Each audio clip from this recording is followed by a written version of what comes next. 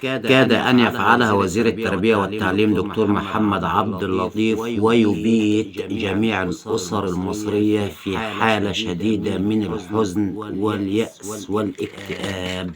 السلام عليكم ورحمة الله وبركاته. أهلا وسهلا بحضراتكم جميعا في قناة مصر وطني. أهلا وسهلا بحضراتكم جميعا في عام تعليمي جديد مليء بالفرح والهنا والسرور مع وزير التربية والتعليم دكتور محمد عبد اللطيف. أخبار حضراتكم إيه؟ يا رب تكونوا طيبين جميعا. بطلب من حضراتكم نشارك الفيديو ده على أوسع نطاق عشان نوصله لأكبر عدد من الناس.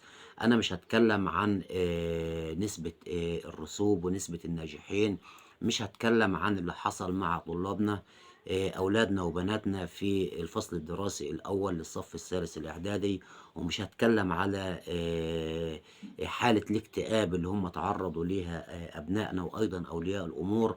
ولكن هقول لحضراتكم مؤخرا دي آخر محافظة يعني قرأت التقرير بتاعها، يعني من على قول ولسان سيادة المحافظ اللواء هشام أبو النصر. سيادة المحافظ اللواء هشام أبو النصر محافظ محافظة أسيوط بيعلن وبيأكد نتيجة محافظة أسيوط للصف الثالث الإعدادي نسبة الرسوب أو نسبة الراسبين اللي فيها 60%. 60%.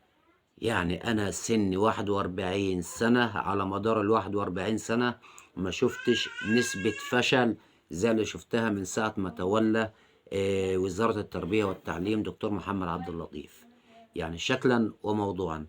دكتور محمد عبد اللطيف من ساعة ما مسك وزير التربية والتعليم ونازل في قرارات وفي تغييرات، وهنشيل مواد وهنحط مواد، وهنشيل مواد أساسية وهنحط مواد غيرها مش أساسية، وهنشيل مواد كانت مضافة للمجموع وهنحط مكانها مواد ما كانتش لها أي علاقة بالمجموع.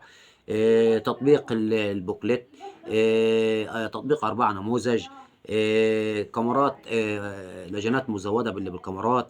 شتت عقول وتفكير طلابنا. الطالب داخل اللجنة مش عارف نفسه بيعمل ايه.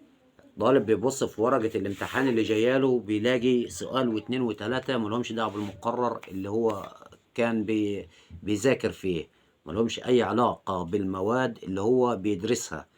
وتيجي أثناء التصحيح نسبة الراسبين 60% و70% و80%، وآخره محافظة أسيوط 60% راسبين. يعني 43,000 طالب من محافظة واحدة راسبين في امتحانات الصف الثالث الإعدادي. فيا ترى الغلط يعني للعام الدراسي الجديد ده من ساعة ما تولى يعني المنصب ده يعني الدكتور محمد عبد اللطيف، هو الغلط فينا احنا كأولياء أمور، ولا الغلط في طلابنا ما بيحضروش، ولا الغلط في المدرسين ما بيدرسوش ما لهمش احنا مش من هنا، ولا الغلط في وزارة التربية والتعليم؟ والأمر ده لازم يكون أمر مهم جدا ويهم كل الناس.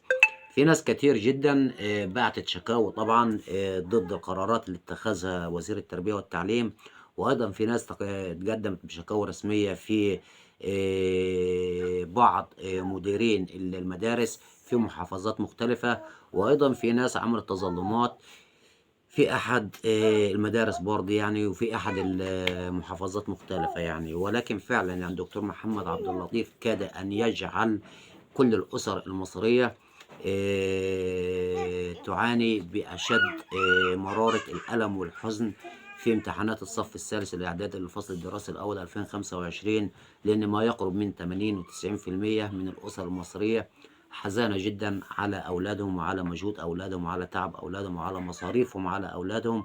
أنا مش عايز أقول لحضراتكم في أولياء أمور ممكن تبقى تنام من غير أكل عشان تدي مصروف الواد ولا مصروف البيت، ولا يوفر لهم ملخص، ولا يوفر لهم كتاب، ولا فمش عارف اللي الغلط في مين. يعني نتمنى يعني إن يكون في تصحيح